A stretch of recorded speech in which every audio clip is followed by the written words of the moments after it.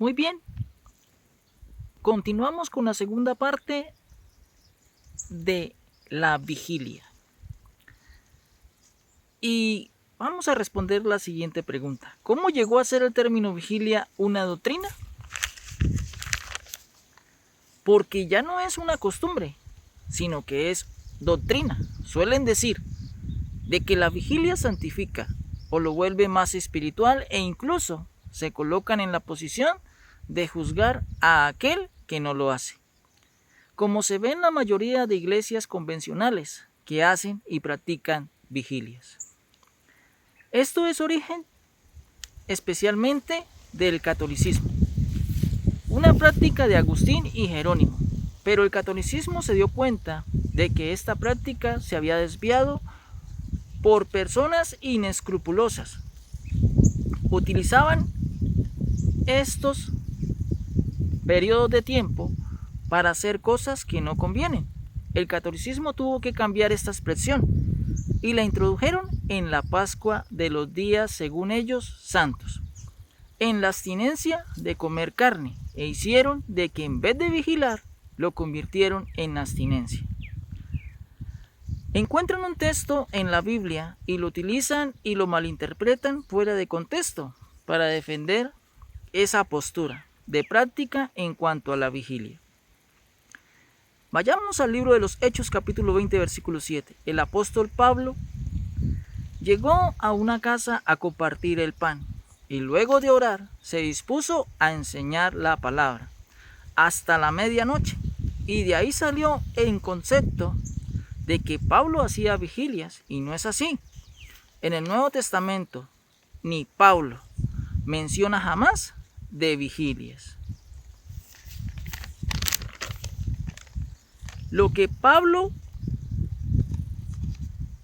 hacía era enseñar e instruir a sus discípulos. ¿Cuándo y en qué momento? Después de que salía de trabajar.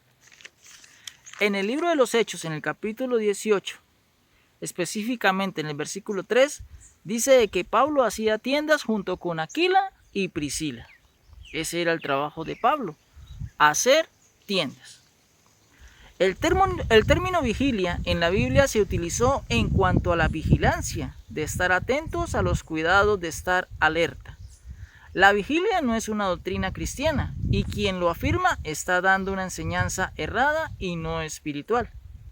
Jesús utilizó el término velar y vigilar, lo hizo en un sentido simbólico, porque nos está hablando es en que tenemos que estar alertas espiritualmente en el cumplimiento de las profecías y de las señales. ¿Cómo? ¿En qué debemos estar alertas espiritualmente y en qué debemos vigilar? En el cumplimiento de las profecías y de las señales que anticipan el acontecimiento de su segunda venida. En esto sí debemos estar alertas, vigilantes, y debemos velar. Mateo capítulo 26, versículo 41, Jesús dice: velad, ¿cómo? Orando y teniendo una comunión con Dios, porque no podemos descuidarnos. Jesús dice que debemos velar. ¿Y cómo lo hacemos? Orando y teniendo una comunión con Dios. En la primera carta del apóstol Pedro, en el capítulo 4, versículo 7 dice, o está diciendo: sed sobrios y velad en oración. Como yo vigilo espiritualmente, lo hago en la comunión con Dios. El apóstol Pablo nos lo aclara en la carta a los Efesios capítulo 6, versículo 18. Pablo dice: orando en todo tiempo, no solo en la noche. Preste atención. Pablo dice que debemos orar en todo tiempo y no solo en la noche, sino en todo tiempo con toda oración y súplica en el Espíritu, velando en ello en toda perseverancia. Así que, ¿cómo debemos velar nosotros? En todo tiempo, con perseverancia. Es decir, estoy vigilando en lo espiritual, en la oración con perseverancia. ¿Perseverante en qué? En las bendiciones futuras que tengo y tenemos tú y yo y todos en el reino de Dios. Porque ¿qué esperamos? La restauración del reino de Dios en la tierra. ¿Qué anunciamos? El reino de Dios. ¿Qué predicamos? El reino de Dios. ¿En dónde está puesta nuestra confianza? En el reino de Dios. Porque cuando el reino de Dios sea restaurado y Jehová, Dios, sea el soberano en la tierra, pues entonces viviremos en completa y grande bendición. Usted y yo y vosotros no podemos quitar nuestros ojos de estas promesas. Y por eso no me duermo espiritualmente, sino que estoy activo y estoy mirando del cómo están sucediendo las cosas. En la primera carta a los Corintios, capítulo 16, versículo 13, Pablo dice: velá, está firmes en la fe.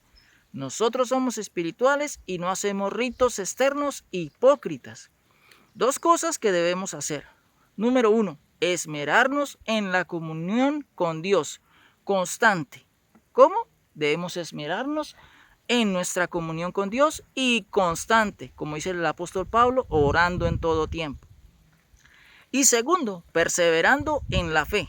En estas dos cosas debo estar vigilante. Lucas capítulo 12, versículos 54-56, Jesús lo explica. Decía también a la multitud: cuando veéis la nube que sale del poniente, luego decís: agua viene, y así sucede. Y el versículo 55 dice: y cuando sopla el viento del sur, decís: hará calor, y lo hace. Y el versículo 56 el Señor Jesús dice: hipócritas, ¿sabéis distinguir el aspecto del cielo y de la tierra? ¿Y cómo no distinguís este tiempo? Jesús le está hablando a los judíos, porque los judíos no distinguieron y no identificaron de quien les hablaba era el Mesías. Recordemos que los judíos no reconocieron a Jesús de Nazaret como el Mesías. Conclusión. El término vigilia o vigilar es estar despiertos en la noche. Aprendamos eso. Pero yo debo dormir, y esto no significa que esté dormido espiritualmente, y por eso al acostarme traigo a memoria el Salmo capítulo 4, versículo 8, que dice: en paz me acostaré, y asimismo dormiré, porque solo tú, Jehová, me haces vivir confiado.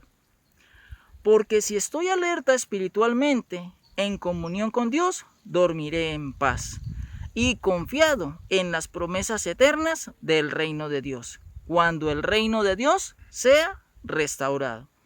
Así que vigilia no es doctrina. Vigilia, vigilar, atalaya era un guarda que vigilaba despierto en un periodo de tiempo, en la noche, para dar aviso si un enemigo venía en contra de la ciudad, para asediarla o tomarla o destruirla. Fue de origen militar y pasó a ser una práctica normal en la vida cotidiana de los judíos.